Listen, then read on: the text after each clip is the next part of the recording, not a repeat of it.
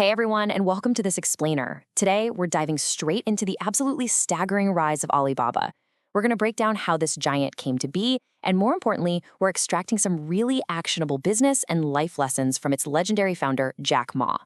Honestly, it's a story of incredible scale, super unlikely beginnings, and a deeply structured approach to overcoming massive, massive obstacles. And frankly, the sheer size of this story is kind of hard to wrap your head around. So let's put things into perspective right out of the gate. Back in September 2014, Alibaba absolutely made history. Their initial public offering on the New York Stock Exchange raised a mind-blowing $25 billion. I mean, just think about that number for a second. At that exact moment, it cemented Alibaba as one of the most valuable tech companies on the entire planet. In fact, it was briefly worth more than Amazon and eBay combined. It was literally a financial earthquake that signaled a huge shift in global e-commerce. But, here is where the story gets really wild. The immense contrast here is just staggering. The man who orchestrated that historic $25 billion IPO, he knew absolutely nothing about coding. Nothing. He struggled with math, and get this, he was rejected from over 30 different jobs. He was actually the only single applicant turned away by a local KFC. No way, right? Okay, so here's our agenda for today. We're going to look at the Alibaba empire today, meet our unlikely tech billionaire, unpack the Iron Triangle, explore why complaints equal opportunities, and finally, walk through a roadmap for life. All right, let's jump right into Section 1, the Alibaba empire today, and how they went about rewiring consumers.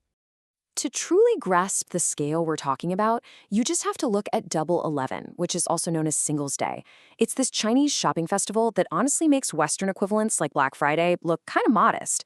During one of these 24-hour events, millions of consumers spent a staggering $14 billion. Alibaba actually tracks this in real time on this massive screen inside Beijing's Water Cube. It is an absolute frenzy of consumption, with hundreds of millions of users buying everything from imported foods to everyday electronics.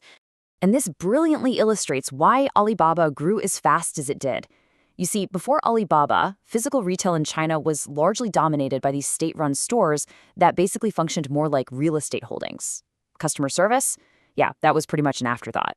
But Alibaba's platforms, Taobao and Tmall, they completely flipped this dynamic on its head.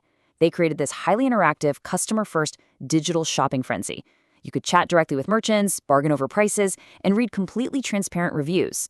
Jack Ma actually has this great saying. In the US, e-commerce is a dessert, but in China, because the physical infrastructure was so weak, e-commerce became the main course. Moving right along to Section 2, an unlikely tech billionaire and his early hurdles. So, who was the architect of this massive retail revolution? Jack Ma completely shatters that traditional myth of the lone tech genius coding away in a dark garage. He was an English teacher. He failed his university entrance exams 3 times. He applied to Harvard 10 times and got rejected every single time. And when he started Alibaba in his apartment back in 1999 with 17 of his friends, he joked that they survived only because they had no money, no technology, and literally no plan. Which sounds crazy for a tech startup, right? But what he did have was an absolute reliance on teamwork, razor-sharp intuition, and this sheer, stubborn persistence that simply refused to accept defeat. Let's dive into Section 3, the Iron Triangle and building the ecosystem. Here's where the business strategy gets genuinely fascinating. The crucial concept here is the Iron Triangle. Because China, back in 1999, completely lacked reliable delivery networks or trusted online payment methods, Alibaba couldn't just throw up a website and call it a day. They had to build the entire ecosystem from scratch.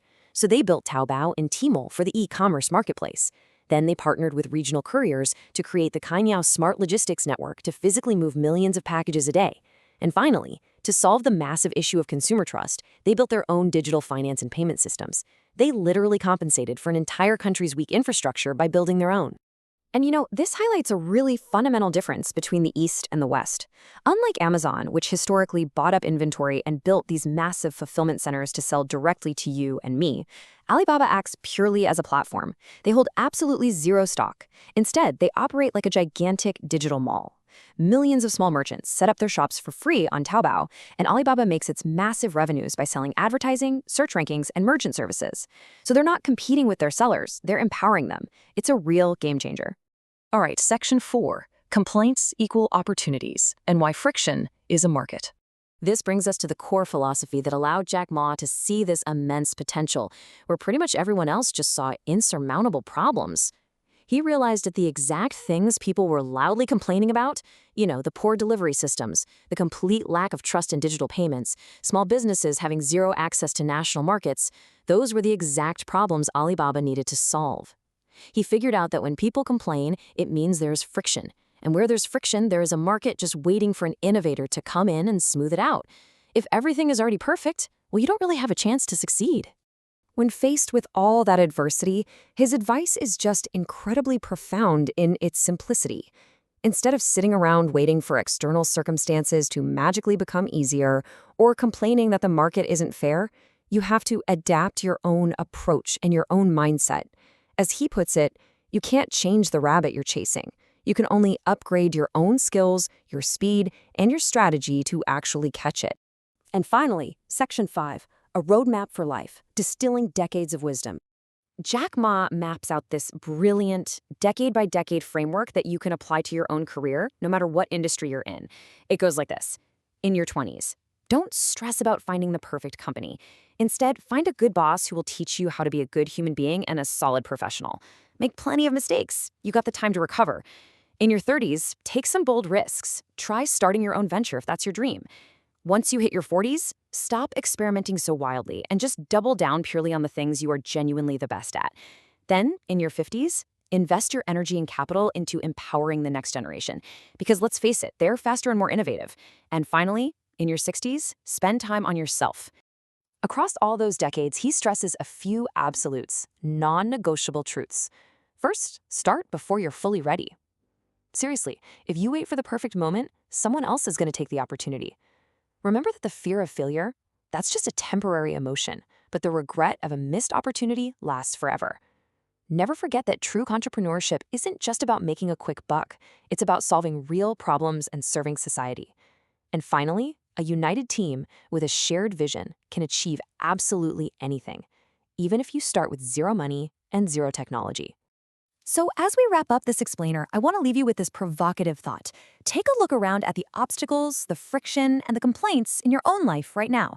Rather than letting them frustrate you to no end, study them closely, because your biggest, most annoying daily frustration, it might just be the exact blueprint for your greatest success. Keep learning, keep adapting, and we'll see you in the next explainer.